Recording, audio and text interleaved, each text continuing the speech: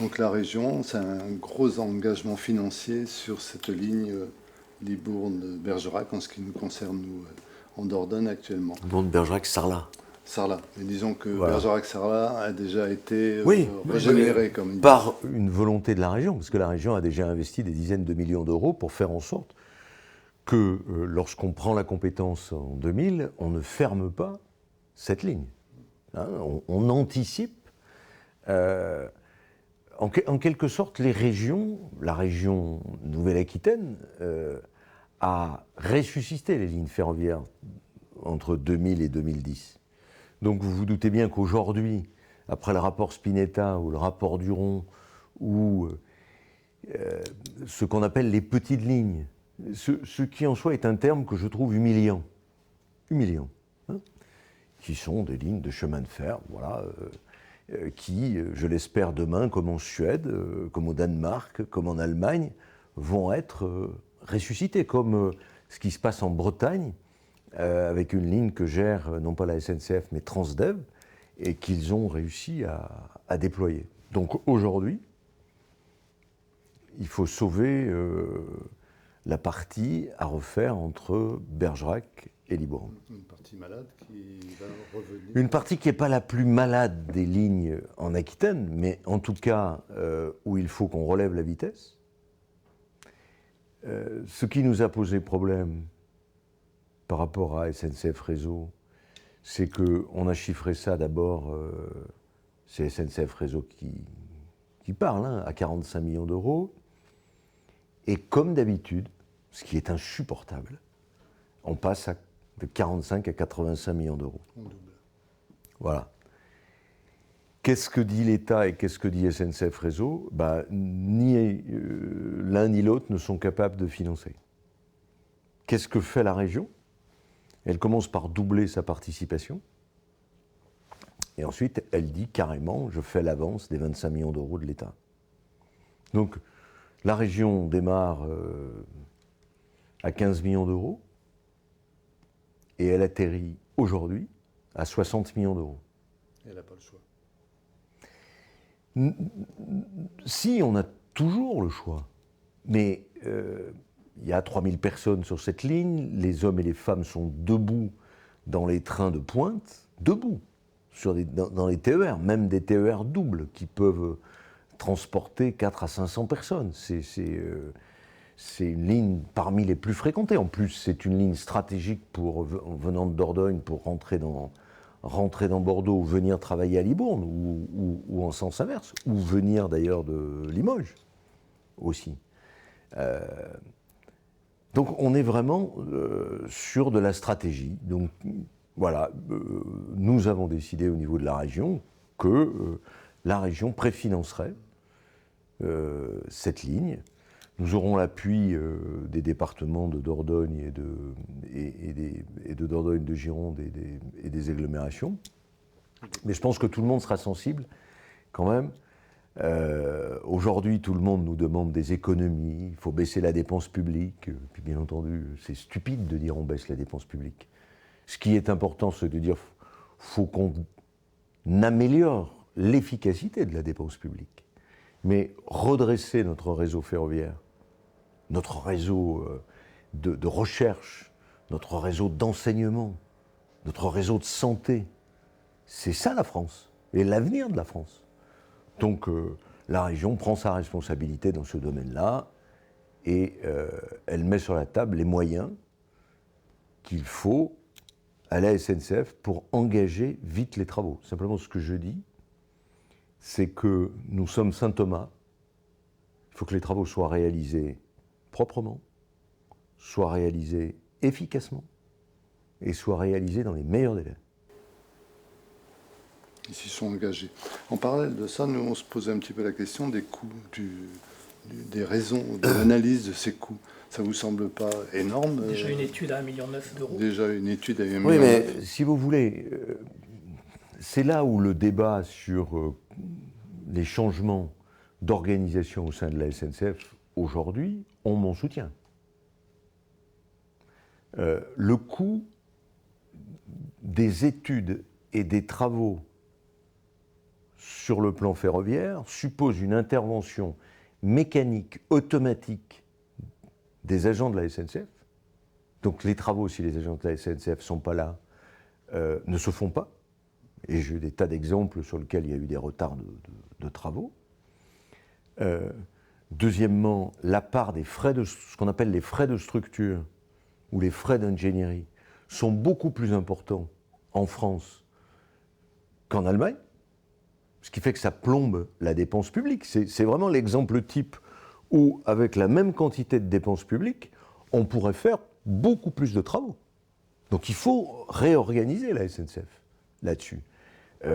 Et puis, je vous cite un deuxième exemple. Je signais en vous attendant tout à l'heure, un courrier pour lancer les travaux, avec aussi un engagement de la région, sur la ligne Niort-Thouars, qui est une ligne dédiée au fret, notamment des carrières. Bon. Où là, on est passé de 3,5 millions d'euros à 8 millions d'euros et demi. L'exemple du doublement Libourne-Bergerac, on l'a partout. Sauf que la SNCF, elle ne sait pas faire le transport de fret. Ce qui marche dans le transport de fret, c'est ce qu'on appelle les opérateurs ferroviaires de proximité, comme pour le port de La Rochelle. Et donc, il faut trouver un opérateur ferroviaire de proximité, peut-être celui du port de La Rochelle, où on a à la fois du public et du privé, qui pourra s'occuper de la ligne et pourra assurer la gestion globale de la ligne.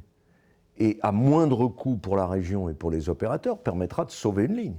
Parce que si on continue avec cette organisation de la SNCF, on va fermer toutes les lignes, puisqu'on ne pourra pas faire exploser le budget. Donc il faut mieux dépenser, d'abord, avant de demander un effort. Alors, comment vous voyez l'avenir en dehors du réseau, l'utilisation de ce réseau par du privé éventuellement, c'est ce qui semble poindre à l'horizon ? Non, on est là sur une trajectoire qu'il faut anticiper, qui est l'ouverture à la concurrence. En Allemagne, l'ouverture à la concurrence fait que l'opérateur historique a 80% du marché et les autres opérateurs ont 20%. Et donc il y a une espèce de challenge qui se fait, qui pour les Länder allemands a fait baisser le prix entre 20 à 30%. Parce que le coût global est recalculé.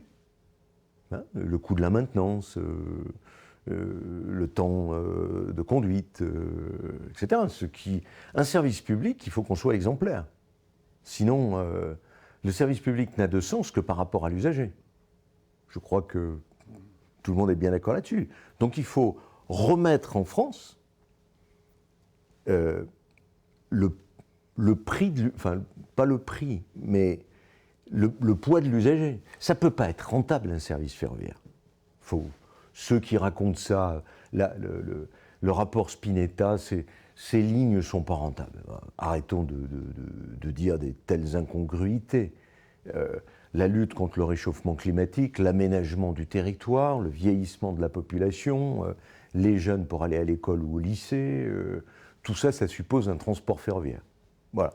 Donc ce transport ferroviaire, il a un coût, qui est peut-être la prise en charge d'ailleurs de ne pas prendre sa voiture, de lutter contre le réchauffement climatique, de la sécurité, que sais-je. Il y a un coût, c'est comme quand on aide la forêt massivement pour être replantée, et quand on négocie avec Bruxelles la replantation de la forêt, ce qu'on appelle les aménités de la forêt, la lutte contre le réchauffement climatique par exemple, c'est pris en compte, tout ça, ça se monétise, comme l'on dit. Donc le problème, c'est pas que l'usager paye le coût complet, parce que sinon, à ce moment-là, il faut tout fermer. Mais il ne s'agit pas non plus de dire que ça doit coûter démesurément. Donc il faut que chacun se sente, y compris les cheminots, se sentent dans leur organisation, y compris l'organisation SNCF, se sentent responsables de tout cela. Quand un train ne part pas le matin pour des raisons X ou Y, les 60 personnes ou les 120 personnes qui doivent aller au boulot, au lycée, au collège, etc., ils sont gros gens. Et ils ne prennent plus la SNCF. Donc on est dans un cercle vicieux qui est inacceptable. Or, pour nous, au niveau de la région, si nous tenons la barre en direction du maintien de ces lignes dites petites lignes, ce qui ce que je trouve humiliant, c'est aussi parce que c'est l'avenir. Regardez, Agen-Périgueux. Agen-Périgueux. La route ne suit pas Agen-Périgueux. Vous voulez en venir à ça aussi? Voilà. D'où l'idée, pour moi, pour nous au niveau de la région, de se dire comment peut-on trouver des sources de financement. Alors il y a 3 types de sources de financement. Un, l'État et le législateur nous donnent par exemple la possibilité de lever une vignette carbone sur les 9300 camions qui viennent d'Espagne ou qui traversent la vallée d'Aspe par milliers. 2, on est capable d'avoir avec la Caisse des dépôts l'invention d'un programme d'investissement d'avenir, parce que quand vous investissez sur le fer, vous investissez pour un siècle. Pour un siècle.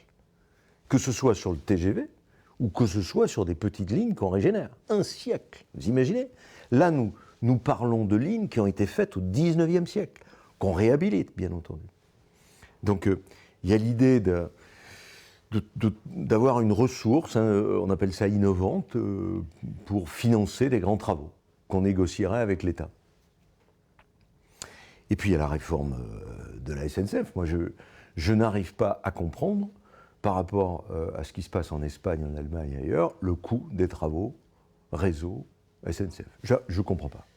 Ce que je sais, c'est prenez un exemple typique, quand on veut refaire la caténaire, 1 km de caténaire, c'est aussi cher que refaire tout le ballast et les rails.